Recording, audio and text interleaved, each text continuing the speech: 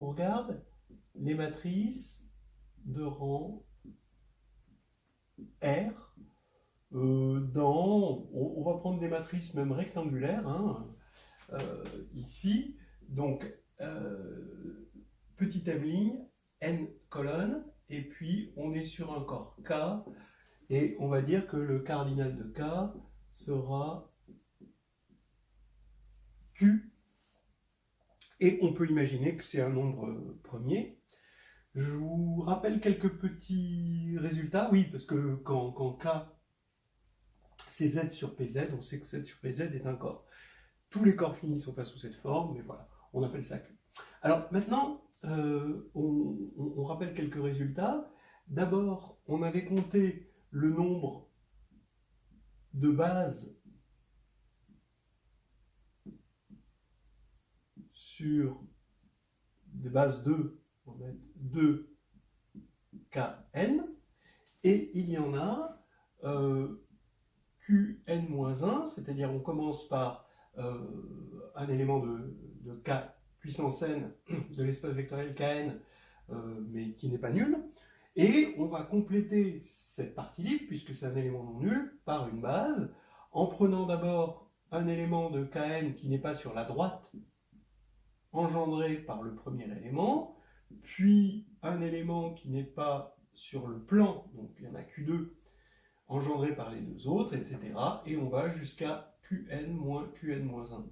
Ce nombre-là, on l'a appelé G indice n, et G indice n, c'est aussi forcément l'ordre, ou le cardinal si vous préférez, de GLN de K, puisque si on voit les inversibles comme des matrices de passage de GLN, eh ben, on voit que GLN compte le nombre le cardinal de GLN compte le nombre de bases.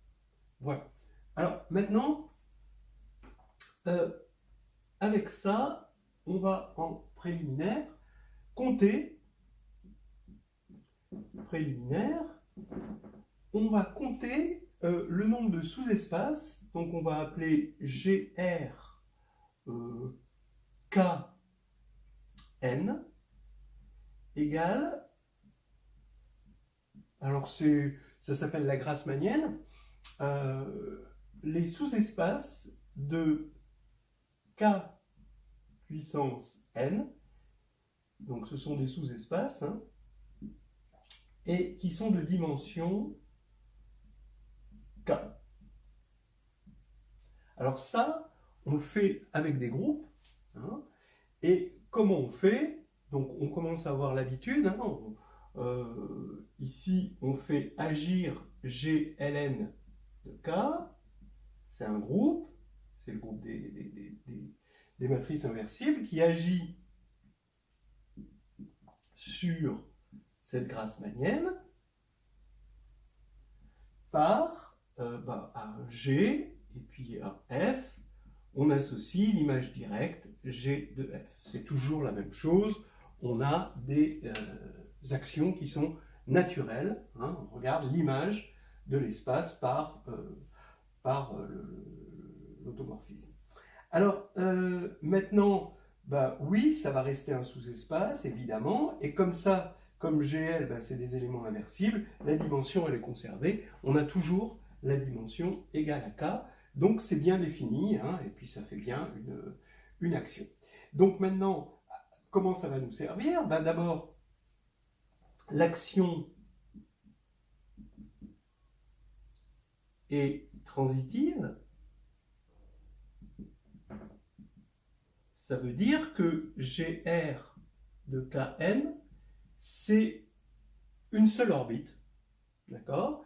Alors pourquoi c'est vrai? Pourquoi l'action est transitive, hein, donc on prend deux sous-espaces, F et F', et il faut trouver ici un G qui envoie F sur F', sachant qu'ils ont la même dimension.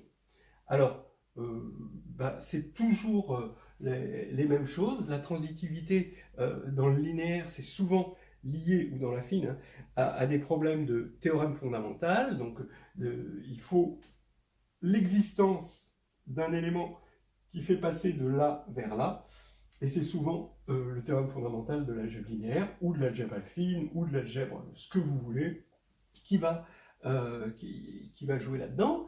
On part d'une base E1, EK de F, et d'une base E'1, E'K de F', et on a le théorème de la base incomplète qui nous permet de compléter ici en une base. Donc ça c'est le théorème de la base incomplète. Ici pareil, le théorème de la base incomplète nous permet de compléter en une base de Kn. Et maintenant, le théorème fondamental de l'algèbre linéaire nous permet de dire qu'il existe un G. On a unicité là maintenant, mais on n'en avait pas besoin de temps. Et on a ce G qui va envoyer cette base sur cette base. Donc cette base de F sur cette base de F. Et donc G de F est bien égal à F', comme vous voulez, la transitivité. Maintenant, il reste à voir, pour pouvoir calculer le cardinal GRKN, d'accord, on veut calculer ce cardinal-là, et bien ça devient le cardinal d'une orbite, et donc ça devient le cardinal de GLN de K, qu'on sait calculer, sur le cardinal du stabilisateur d'un élément qu'on a bien choisi, hein, donc ça va être un espèce de F0, ça va être un sous-espace bien choisi là-dedans pour que le calcul de ce stabilisateur soit le plus facile possible. C'est ce qu'on appelle les éléments de forme normale, éléments de forme normale dans une orbite. Voilà, alors maintenant on continue. Quel est le stabilisateur? D'abord, qu'est-ce qu'on va choisir comme élément de forme normale? Eh bien, on va dire qu'on a une base canonique de K puissance n. Cette base canonique, c'est, on va encore reprendre les mêmes notations, hein, E1, En, d'accord, et F0, par définition, ça va être le sous-espace engendré par E1 jusqu'à EK. Donc ça va bien être un sous-espace de dimension K, et lui il va être parfait, parce que qu'est-ce que ça va être le stabilisateur de F0? Ça va être l'ensemble des matrices de la forme, et bien, comme ça va stabiliser le sous-espace F0, ça veut dire que dans la base canonique, puisque les matrices elles s'écrivent dans la base canonique, ici on va avoir E1 jusqu'à EK, ici on va avoir EK plus 1 jusqu'à En, et là on veut stabiliser F0, donc ici on veut avoir 0 là. D'accord, donc bon, je vais effacer ici. Alors maintenant ça y est, on a stabilisé F0, c'est fait, et ici on a ce qu'on veut. Alors pas tout à fait ce qu'on veut, parce que ce ne sont pas des matrices quelconques, ce sont des matrices inversibles. On est dans GLN de K. Voilà. Donc pour la réciproque, il faut bien voir que ça doit être inversible. Donc vous connaissez le calcul du déterminant par bloc, hein, le déterminant doit être non nul pour être inversible, et le déterminant par bloc, c'est le produit des blocs diagonaux. Donc ça veut dire que tout ça, ça doit être non nul. Ici, on va avoir du GLN de K, et ici, on va avoir forcément du GLN n-K. Ici, on a une matrice rectangulaire, K n-K, et donc, quel est le cardinal? Donc ici, c'est l'ensemble de ces matrices-là. Donc quel est le cardinal du stabilisateur? Eh bien, on l'a dit, c'est G indice K, puisqu'on avait dit qu'on appelait ce cardinal G indice K, fois G indice n-K, fois, eh ben, faut compter combien on a de matrices. Là, on a quartier libre, hein. Donc chaque fois, d'accord, on a combien d'emplacements? On a k facteur de n-k, c'est un rectangle, emplacement, donc c'est q facteur de k n-k. Voilà, on va pouvoir donner le cardinal de la Grassmannienne, et le cardinal de la Grassmannienne, c'est donc Gn sur Gk, Gn-k, Q, K, N-k. Maintenant, on va travailler un petit peu sur cette formule. Ici, je peux mettre un certain Q en facteur, Q, Q2, Qn-1. Donc ici, je vais avoir un certain facteur. Je vais mettre un petit triangle, d'accord? Ça veut dire que c'est un nombre triangulaire. Vous commencez par 1, puis 2, jusqu'à n-1. Et il va rester Qn-1, Qn-1, moins 1, une fois que j'ai mis en facteur Q, et jusqu'à Q-1. Voilà. Ici,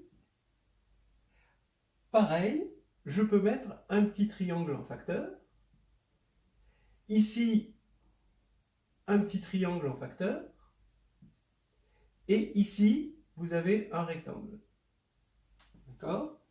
Après, vous avez des choses qui vont rester, qui vont être l'analogue de ça. D'accord? Donc, je ne vais pas avoir la place de l'écrire, mais je vous laisse l'imaginer. Donc, c'est la même chose avec un K, et la même chose que ça avec un N-K. Bon, maintenant, là où je veux insister, c'est que ce triangle-là, c'est un triangle comme ceci. Ce triangle-là, ça va être le triangle où on a commencé jusqu'à K. Et ce triangle-là, c'est N-K, il va être ici. Et ce rectangle-là, c'est ce rectangle. Ce que je veux dire par là, c'est que quand on va faire ça, moins ça, moins ça, moins ça, ça va faire 0. Hein, voilà, hein, c'est quelque chose d'assez agréable. Je pense que c'est pour ça que les anciens, ils disaient, on regarde A au carré, A au cube.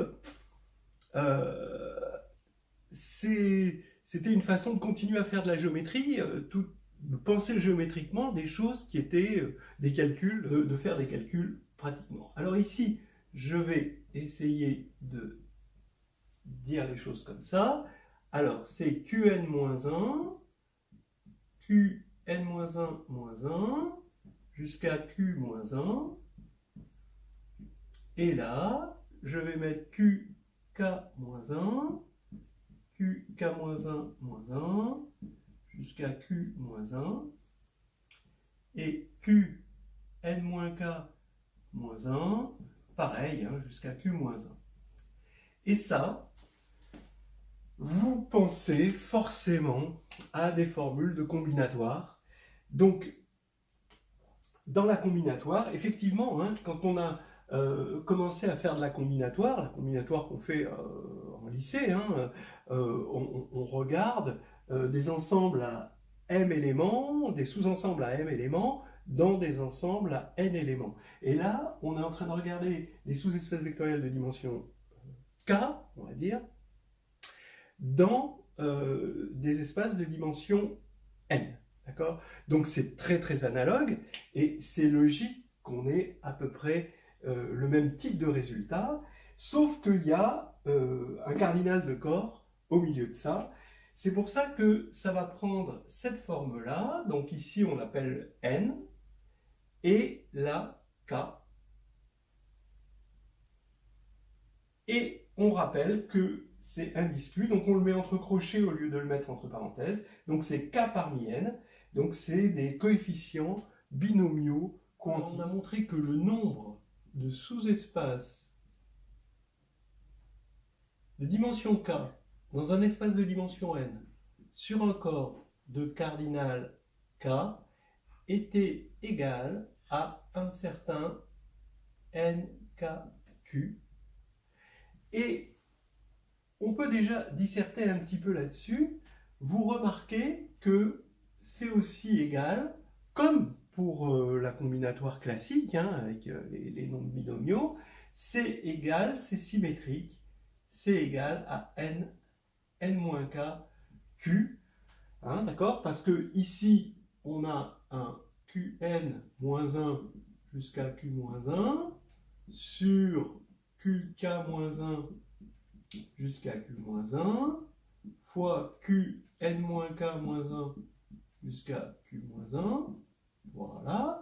Et en fait, quand on change k en n-k, dans les dénominateurs, il y a un changement, mais ça commute et ça donne exactement le même nombre. Alors, cette égalité des nombres, pourquoi elle est vraie? Ben oui, parce que, en fait, c'est l'idée de l'orthogonalité. Quand il y a une égalité de nombres qui représente des cardinaux, ça veut dire qu'il y a des bijections derrière. Cette bijection, c'est le fait que on a parmi les sous-espaces vectoriels de dimension k, alors on va dire, ici on va mettre sur les sous-espaces vectoriels de E, je vais l'écrire comme ça, hein. Donc ça, on prend un espace E, et on regarde ces sous-espaces vectoriels de dimension k.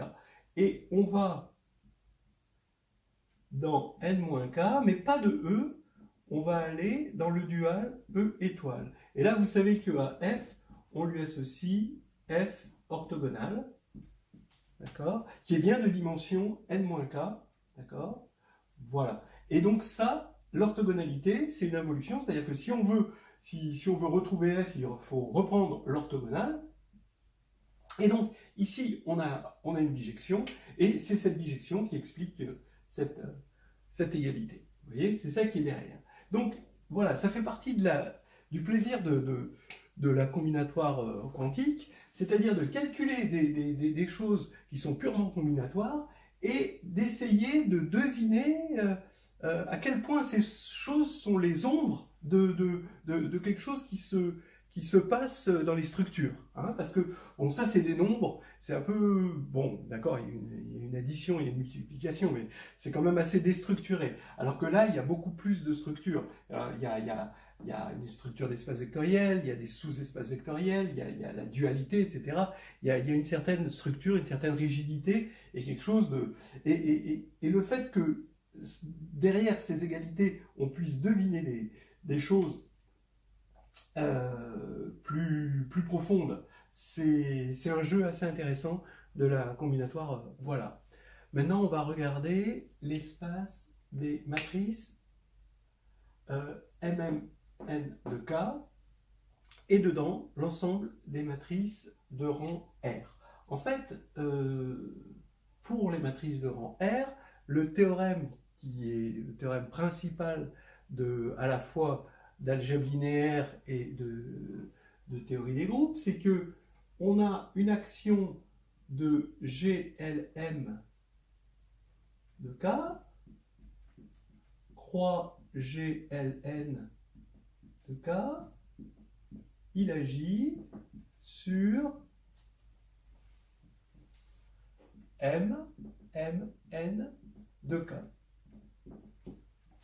Alors, comment? Ici, on prend une matrice P inversible de taille M, Q inversible de taille N. On prend une matrice A de taille Mn, et on vérifie, bon, à gauche, ça va être lié aux lignes, c'est pour ça qu'il y a le M là et le M là, et à droite, ça va être lié aux colonnes. Si je laisse ça comme ça, effectivement, je tombe sur une matrice, mais je ne tombe pas sur une action. C'est-à-dire que vous allez voir que... Alors ici, ça c'est un groupe. Donc ça, j'en ai pas parlé, mais ça c'est bien un groupe pour la multiplication. Hein, P1, Q1 fois P2, Q2 est égal à P1, P2, Q1, Q2. D'accord? On vérifie que c'est bien un groupe, ça s'appelle le produit direct de ces deux groupes-là. Et quand on va regarder l'élément neutre du groupe, ben c'est l'identité de M, l'identité de N, évidemment, vous en doutez. Maintenant, quand on va regarder cette action-là, on va voir que ce n'est pas une bonne action. Le premier axiome c'est-à-dire que l'identité point x égale x, ça va marcher, mais le deuxième, ça va pas marcher. Le fait que g' point g point x égale g' g point x, malheureusement ça va pas marcher. À gauche ça va marcher, mais à droite ça va pas marcher. Par contre, si on met moins 1 ici, et je peux le faire parce que c'est inversible, alors ça va compenser l'erreur et ça va donner une véritable action. Bon. Alors maintenant, voilà, on a donc bien une action de ce groupe, qui est bien un groupe, sur là-dessus. Et maintenant, quelles sont ces orbites? Ben, c'est encore un théorème qui est bien connu, donc qui dit que... alors oui, j'ai oublié de vous dire que cette action s'appelait l'action de Steinitz, et cette action de Steinitz, elle est derrière le théorème. Donc maintenant, regardez le théorème, deux matrices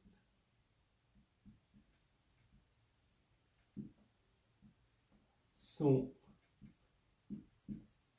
équivalentes, je vous rappelle, si et seulement si elles ont même rang.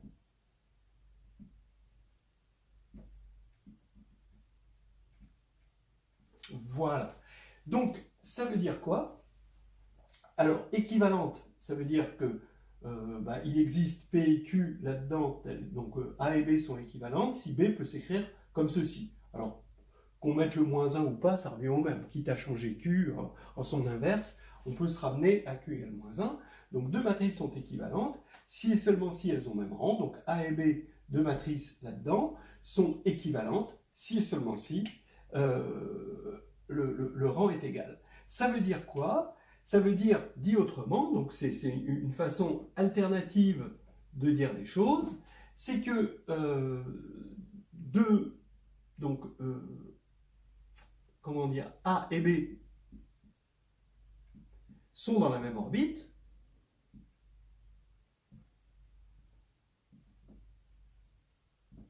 pour l'action de Steinitz, d'accord? Donc, c'est-à-dire qu'il existe P et Q tel que ça va être égal à B, donc ça va être égal à B, voilà, c'est la même orbite, si et seulement si le rang de A est égal au rang de B. Alors, on a vu que un groupe, quand il agissait, c'était une machine à partitionner l'ensemble ici. Quelles sont les partitions? C'est les partitions par le rang. Donc, les orbites, ça veut dire, une autre façon de dire, donc les orbites de l'action de Steinitz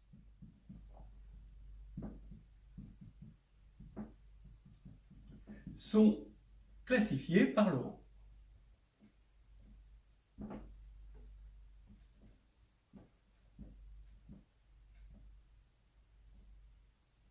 Voilà.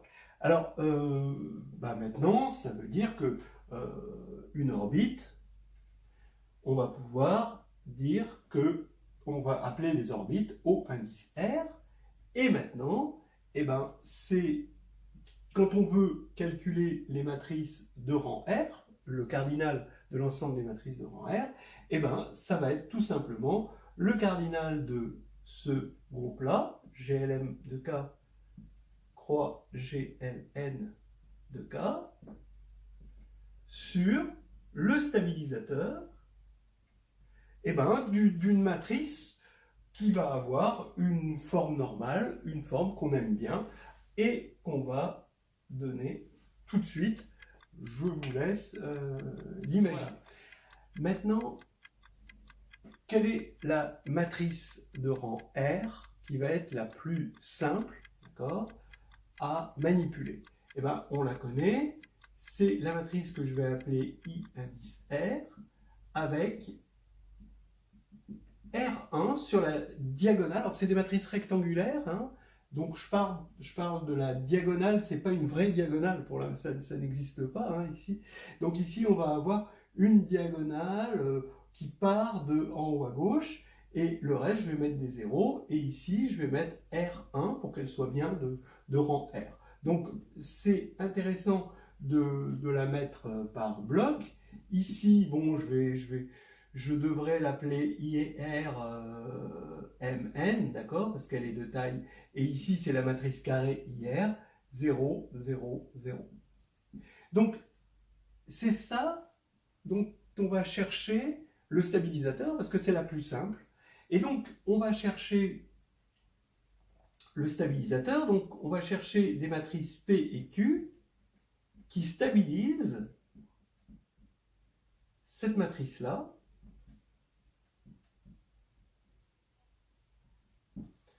Et qui sont dans le groupe, ici, donc avec P inversible, Q inversible. En fait, ça va se faire un petit peu en deux temps.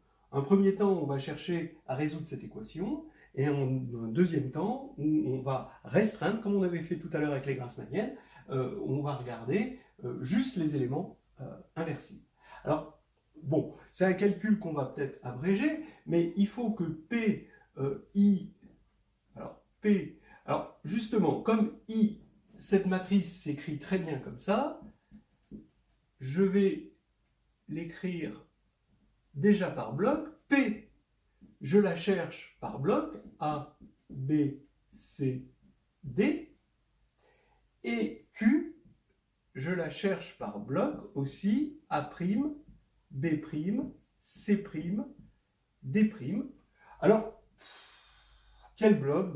Les blocs qui vont aller avec ça. C'est-à-dire que A est une matrice de taille R, D est une matrice de taille carrée, hein, A et D sont carrés, de taille M moins R, ça c'est de taille R, ça c'est de taille N moins R, et ça c'est les rectangles qui vont rester. Donc ici il y a moins 1 égale IR 0, 0, 0. Alors ça, je vais vous imaginez que c'est monstrueux à calculer, ce moins 1. Je vais tout de suite le passer de l'autre côté. Et ici, je vais écrire ça, IR 0, 0, 0, égale IR 0, 0, 0. A', B', C', D'.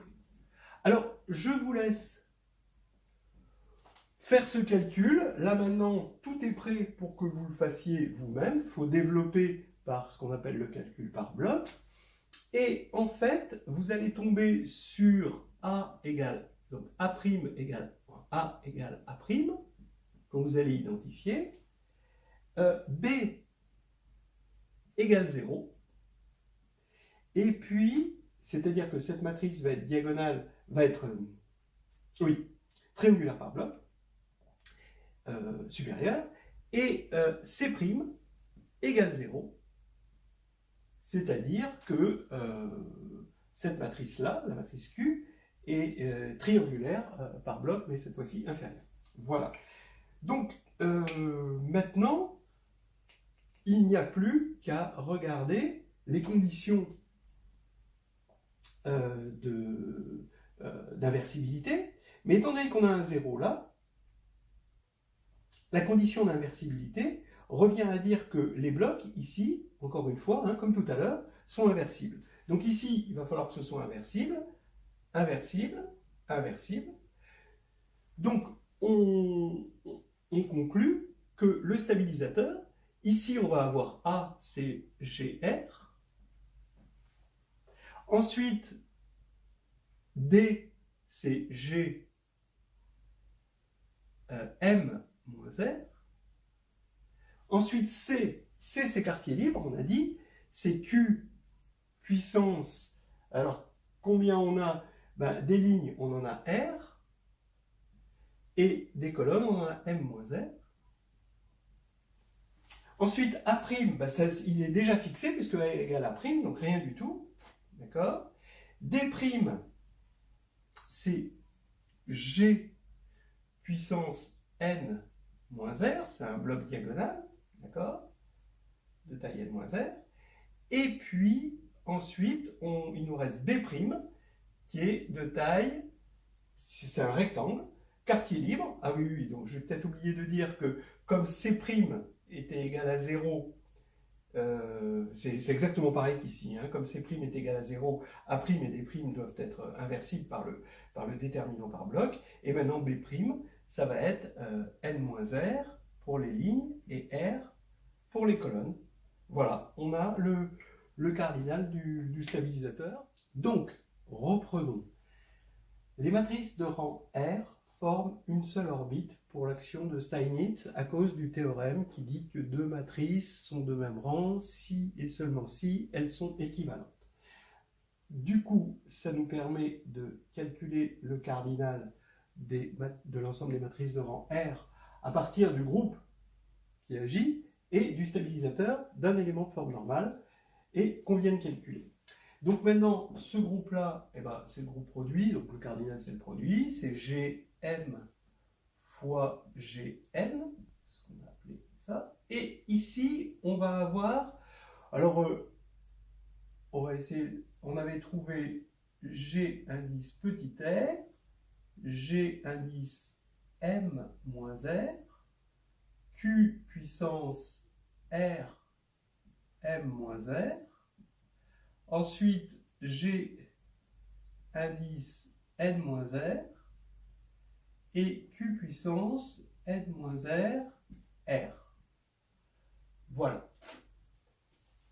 Donc, en théorie, on a trouvé le résultat. Vu comme ça a l'air d'être une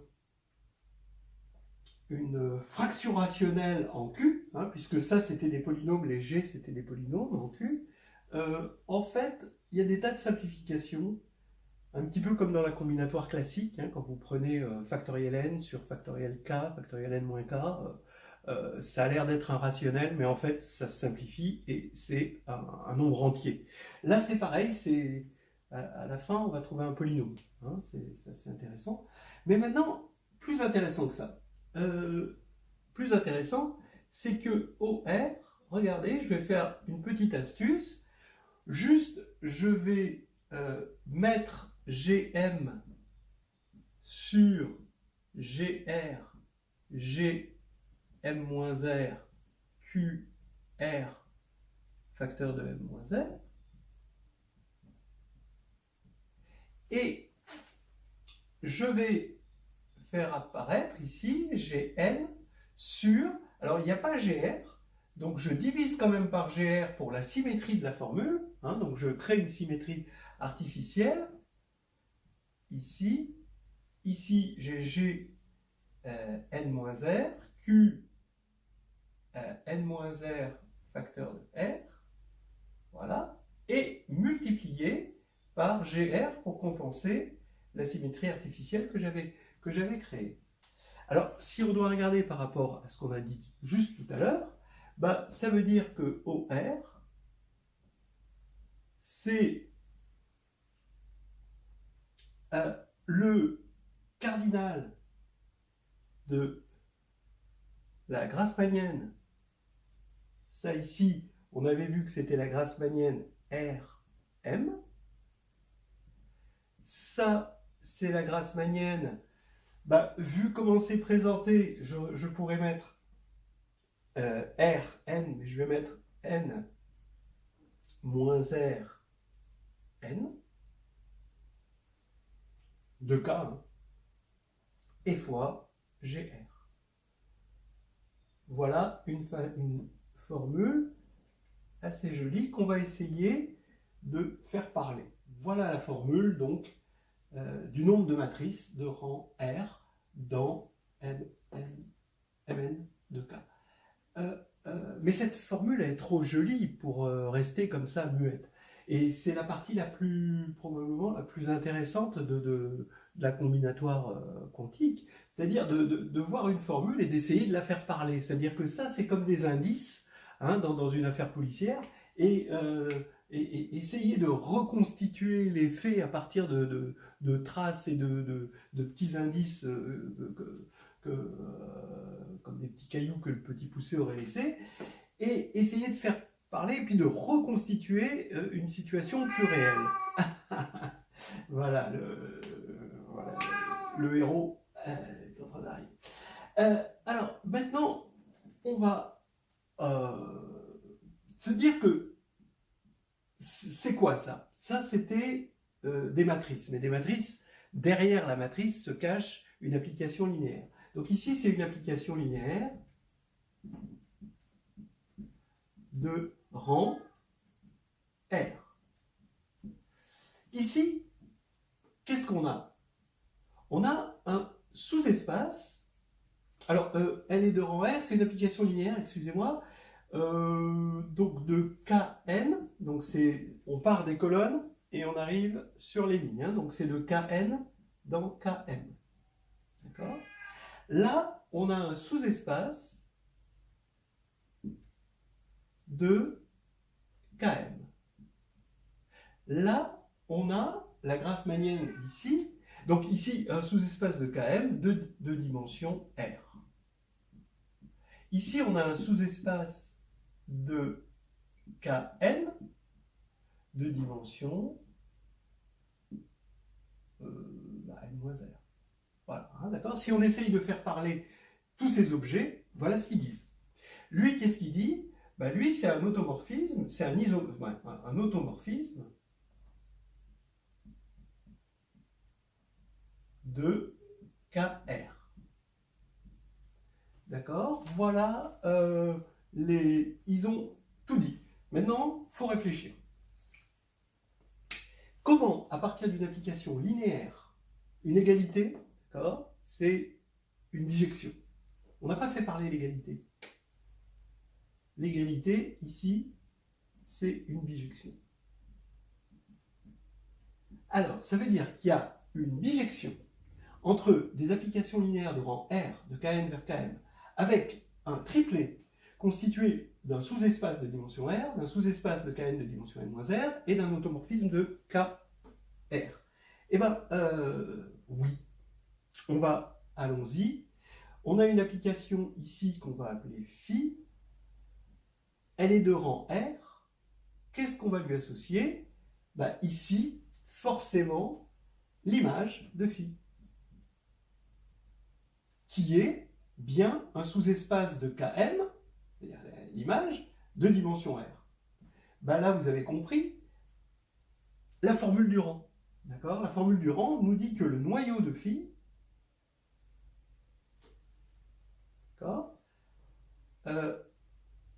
est de dimension n-r, c'est un sous-espace de Kn de l'espace image. Maintenant, qu'est-ce que c'est que cet automorphisme? En fait, si vous cherchez un automorphisme, vous n'allez pas forcément le trouver facilement. En revanche, ce qui est naturel, c'est que à phi, on associe un isomorphisme qu'on appelle l'isomorphisme canonique, ça vous l'avez vu assez souvent, qui va de l'espace d'arrivée, de départ quotienté par le noyau vers im de phi. Et ça, c'est bien de dimension R, et ça, de dimension R. Et c'est un isomorphisme. Donc, en fait, ce n'est pas un automorphisme qu'on avait là, mais c'était un isomorphisme d'un espace de dimension R dans un espace de dimension R. Ce qui revient finalement à compter des automorphismes, puisque ça revient à compter des bases. Voilà. Alors, ça veut dire qu'on a ici une bijection. Est-ce que c'est vrai? Est-ce que, effectivement, c'est une bijection? Déjà, c'est bien défini. Phi, on peut lui associer son image, son noyau et son isomorphisme canonique associé. Oui, ça c'est par passage au quotient. Hein, donc ça, finalement, c'est l'image, le noyau, le passage au quotient. D'accord? Et l'isomorphisme canonique. Maintenant, est-ce qu'on peut retrouver phi à partir de la donnée quelconque de ces objets-là? Oui, parce que vous prenez ici, vous voulez retrouver, je l'appelle E, je ne sais pas pourquoi, en fait, vous partez de Km, vous allez dans Km, et ici, vous avez le noyau, donc vous avez le quotient,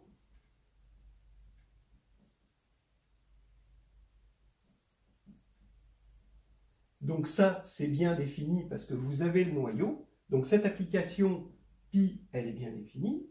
Là, ici, vous avez l'image. Donc vous avez cette application-là, donc celle-là qui est surjective, celle-là que j'indique comme ça qui est injective. Et vous avez cet isomorphisme. Ça, vous l'avez. Alors donc là, pour l'instant, je le mets en pointillé parce que je ne l'ai pas encore. Hein. Donc ça, vous l'avez. Ici, j'ai iota. Et phi, bah, qu'est-ce que c'est? Bah, c'est iota, rond, phi bar, rond, pi. Donc ça y est, j'ai phi, j'ai retrouvé phi à partir de ces trois données. Donc en fait, cette histoire-là raconte juste l'isomorphisme canonique. Alors, encore une dernière histoire autour de cette formule.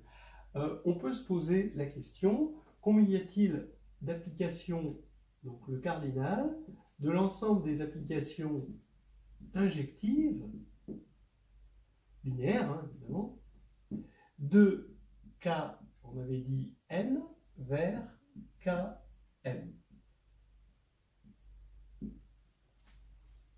Après on fera pareil avec surjective. Donc en fait, une application linéaire va être injective. Déjà, pour que ce soit non vide, il faut que n soit inférieur à m. D'accord? Et ensuite, injective de n vers m, si et seulement si elle est de son noyau. Phi injective, si et seulement si son noyau est nul. Donc si et seulement si son rang, ben c'est n. D'accord? Donc on est en train de chercher le cardinal de ON. Et le cardinal de ON, donc ça va être la grassmannienne GRNM fois la grassmannienne GR0N fois GN. Et ça, bah, les sous-espaces de dimension 0, il n'y en a qu'un, c'est le vecteur nul. Hein. Donc ici, ça fait GRNM fois petit gn. Voilà le truc. Maintenant, si on fait pareil avec les applications surjectives,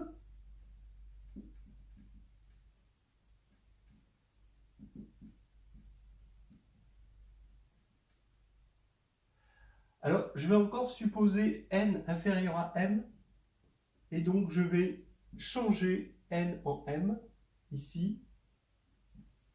Alors il faudra faire attention pour changer la formule. Pour garder le n inférieur à m, comme ça n et m ont le même sens.